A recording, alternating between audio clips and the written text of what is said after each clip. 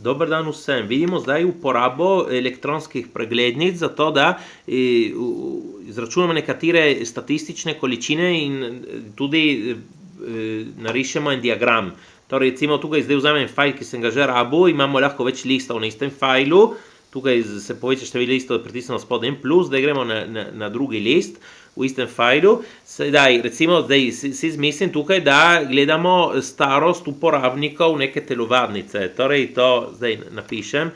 Starost uporabnikov telovadnice. Zdaj tukaj, kako se zmeri poravna, se gre sem in se dvojno klikne. Ja, recimo torej, da zdaj ti podatki so izmišljeni, so poenostavljeni, potem se lahko napravi za dosti več podatkov, se lahko rabi preglednice. Recimo tako, da imajo ali 18 let, ali 19, 20, 21. Recimo ti, predpostavimo, so vsi tisti, ki gre v telovadnico. Sedaj, jasno moram povedati frekvence, kaj pomeni, koliko uporabnikov ima 18 let, koliko ima 19 let. Absolutna frekvenca, kakšnega se enostavno napiše frekvenca. Drugače to je absolutna frekvenca, se lahko tudi imenuje.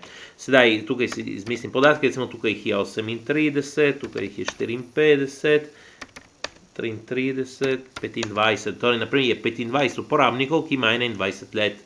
Sedaj nas lahko zanima tudi tukaj izračunati vsoto, koliko je uporabnikov totalno, je enako. Sedaj tukaj, ki rabim verzijo od LibreOffice v italijanščini, bo ime funkcije v italijanščini. Če bi rabili, torej damo tukaj funkcijo somma, ki je vsota, Če bi rabili slovensko različico programa, bi imeli v angleščini, ki je bilo sam, se izgovori. Torej, sedaj. Tukaj zberemo in kar pritisnemo, kar enter in vijo že hitro, razume že, da mora zapreti oklepaj. Torej 150 uporabnikov. Zdaj, predno gremo računati druge stvari, naredimo že hitro graf. Sedaj, ja, tudi tukaj lahko zoom spremenim, zato da se bo boljše videl graf, se dam na 100%, tako, Ja, vi na listu imate lahko ogromno podatkov, samo programu morate povedati, katere podatke morate uporabiti, zato da bo narisal graf, ker drugače ne ve. Torej, izberemo te podatke, tukaj bomo naredili graf s temi podatki, oziroma diagram, tukaj inseriši grafiko, damo notri graf, je treba škrat malo počakati. Ja, sedaj, jaz vas svetujem, da tukaj to premaknete, tako vidite že hitro predogled, ki se vidi že tukaj. Torej, recimo, da bomo napravili tortni diagram in bomo dali, da je tridimenzionalen, tukaj izberemo spet to 3D. Allora, če vidite tukaj piše 1, 2, 3, 4, da je prvi, drugi, tretji, četrti podatek. To je grdo, zakaj? Ker mi hočemo dati en smisel, da so tisti, ki imajo 18 let, 19, 20, 21. Torej bomo zdaj to nekje zbrali, ja, gremo naprej tukaj, na naslednji. Tukaj zdaj in zberemo to. Prima colonna come didascalia, andiamo proprio prima riga come didascalia. Torej, da legenda je prva kolona. Prva kolona nam pove, kaj mora tukaj pisati, Se piše starost uporabnikov telovadnic 18, 19, 20, 21. Torej, tako, da ima smisel legendo dati tako. Gremo naprej. Tukaj zdaj ne vem točno, se lahko ima ogromno opcij, jaz pokažem samo najbolj enostavne stvari, gremo sedaj naprej. Tukaj damo en naslov našemu grafu, recimo porazdelitev po starosti.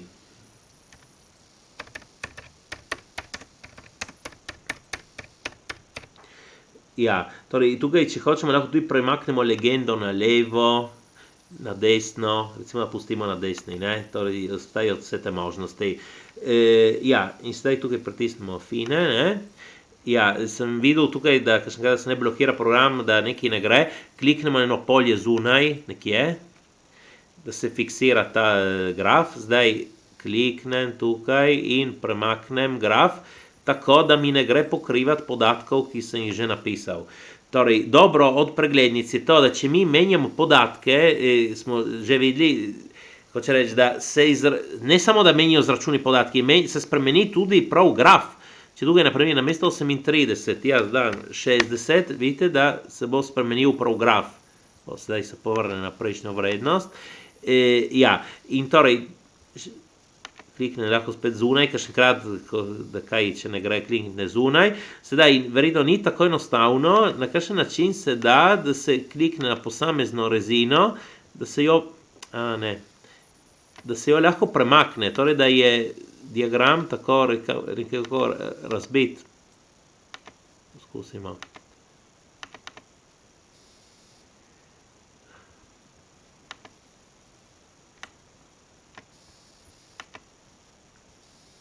Na kakšen način se, se je dalo, ne, se lahko tako, ne, da se, ni tako enostavno, da moram malo poskušati, ne, da se lahko pokaže tako, ker lahko ne želimo to zdaj, recimo da dam spet na mesto.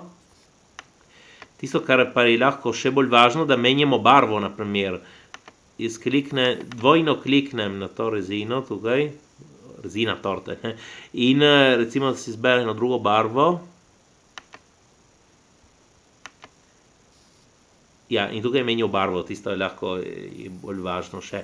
Sedaj, predno gremo računati druge stvari, še to, ker mi, če ustvarimo graf tukaj notri v kalk, lahko nas zanima ga dati notri v nek referat, na primer, ne, hoče imeti slikico. In torej, kako naredimo? Torej, obstaja več načinov, ne, recimo tukaj kliknemo z desno tipko na graf in zberemo tukaj kopija, da ga kopiramo in potem lahko ga prilepimo v en program grafike, na primer Paint, ki je že vključen v Windowsu. Torej, in tam v tistem programu se prilepi, se lahko naredi tako, ali pa kliknemo z desno tipko Exporta come immagine, že da on ustvari že eno slikico avtomatično, ki je samo tisto, ne, in tukaj jasno zberemo ime fajla, zberemo vrsto fajla in se to shrani. Drugače, kot sem rekel, kliknemo tukaj, naredimo kopija, lahko odpremo tukaj recimo Paint ali katerikoli drugi program za grafiko. Je tukaj zdaj malo počasen računalnik.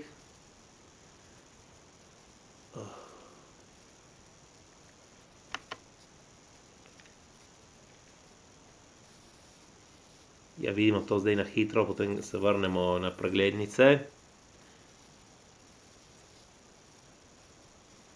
Ja, in tukaj izberemo, da prilepite, ne, ali Ctrl skupaj z V, ne. In torej imate tukaj graf, ne.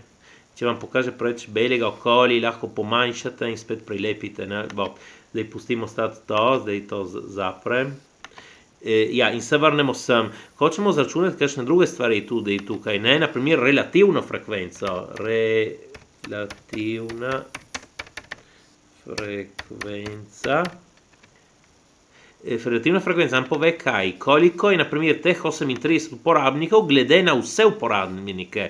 Torej 38 ulovljeno 150, koliko so v razmerju. V resnici tudi tortni diagram je bil napravljen s temi razmerji avtomatično, ne. Torej enako ta vrednost ulovljeno ta vrednost 150, ne, in vam da to. Popravimo število decimalk, recimo da damo tukaj, kliknemo z desnim, zberemo formata celle. Recimo, da damo 3 decimalke. Ja, in zdaj, če jaz hočem skupaj zdaj to prilepiti, povlečem dol in vidim, da je tukaj napaka, naprej div nič, da je bilo deljenje z nič napravljeno. In zakaj se to zgodi? Vidimo hitro. Če jaz grem sem, tukaj mi reče, da to, on začne 38 ulovljeno 150. Če jaz povlečem dol, on bo šel iskat podatke dol. Če bi povlekel na desno, bi šel iskat podatke na desno. Sedaj, ko jaz povlečem dol, da namesto 38 je 54 ali 33, to je v redu. Samo on gre iskat podatke tudi pod 150. Pod 150 so prazna polja in če je prazno polje, vzame nič. Prevzame, da je vrednost nič. Torej, narediš 53 ulovljeno nič in zato da to napako tukaj, da je bilo deljeno z nič. Torej, ta problem rešimo enostavno, ja, tukaj imamo malo vrednosti, če bi imeli ogromno, nam rabi kopirati formule. Enostavno rešimo tako, da mu rečemo, da 150 mora stati fiksna vrednost. 150 je na B7. Se vrnemo to na začetno formulo, ta B7, se premaknem sem, lahko radim tudi puščice, damo tako, $B, $7. Pomeni, da smo fiksirali vrstico in stolpec lahko, ja, Vio zdaj tukaj enter izmeri isto, ne? Bo različno zdaj, ko kopiramo reče, da B7 mora ostati B7 in konec, ne? Bi lahko samo fiksirali tudi samo vrstico, samo stolpec, zato ne gremo toliko misliti, kako lahko fiksiramo oba, ne? Torej, zdaj povlečem dol in imam tukaj te relativne frekvence. Naprimer, ta 25, to je približno 25%, ne? Recimo ta prvi, ne? Okay. Sedaj, kot imamo relativne frekvence, ja, prav zato je se rekel odstotki, imamo odstotne frekvence. Napišem odstotna F, enostavno, kratko. Sedaj, kako iz te vrednosti, primer na odstotek, da to vrednost pomnožimo 100, torej je enako ta vrednost krat 100. Vidite, prije 25 nekaj, zato da imamo iste cifre, iste števke, tukaj kliknem z desnim, formata čelje, zberem, da ima eno decimalko. Treba kakšenkrat malo počakati, tukaj izberem eno decimalko, zakaj je enake, tako tukaj je 253, ne, so iste. In zdaj tukaj enostavno kar povlečem dol, ker se zračuna na podlagi tistih, ki jih ima na levi. Ja, in tako imamo, zdaj, tukaj lahko taki vsota, tukaj povlečemo in imamo tudi vsoto relativnih in odsotnih frekvenc. Jasno, vsota vseh odstotkov mora biti 100, vsota relativnih frekvenc mora biti 1. To je tudi dobro kot kontrola, če smo kaj zgrešili. Če zaradi zaokroževanja bi lahko bilo nekaj tudi zelo blizu 100, ali zelo blizu 1, samo če je precej odstopa, in gotovo smo kaj zgrešili. In še zadnjo stvar tukaj lahko zračunamo kumulativno frekvenco. Kumulativna frekvenca. Tukaj poravnam. Kaj je sploh kumulativna frekvenca? Torej, kumulativna frekvenca za vsak podatek napove, naprimer, koliko uporabnikov ima 18 ali manj kot 18 let. Za ta podatek, koliko uporabnikov ima 20 ali manj kot 20 let, da ima starost, ki je manjša ali enaka 20, starost, ki je manjša ali enaka 19. Torej, za prvi podatek kumulativna frekvenca je enaka absolutni frekvenci, jasno, ne? Je enako ta podatek B2, mora biti enako, zakaj? Ker predpostavimo, tukaj so samo ti uporabniki, ne? Koliko uporabnikov ima eno starost, ki je manjša ali enaka 18 let, tisti, ki imajo 18 let, torej so ti.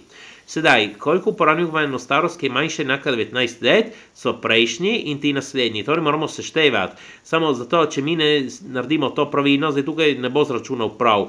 Mi moramo seštevati gor v tej koloni, torej konkretno vidimo, tukaj prisno je enako, zgornji podatek plus se lahko uporablja, prej smo uporabljali soma, ker vsota, ko imamo dosti podatkov, ne, vsekakor se lahko da plus.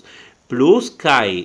Ta podatek je tukaj, tako bo zračunal pravilno, ker on gre podatek, ki je zgoraj, torej tukaj v tem primeru E2, ki je tukaj, plus B3. Sedaj mi povlečemo dol. In vidite, zadnji podatek je 150 kot število uporabnikov, ampak je pravilno, da je tako, ker koliko uporabnikov eno starost, ki je manjša enaka 21 let, vsi, ne, 150, mora biti enako. Torej, sedaj, se to reči to, ne, čeprav smo že nekaj prevideli, če tukaj mi gremo menjati podatke, naprimer na mesto 54, na 20, vidite, menjajo vsi izračuni podatki, menja tudi graf, torej se vse spremeni na podlagi začetnih podatkov.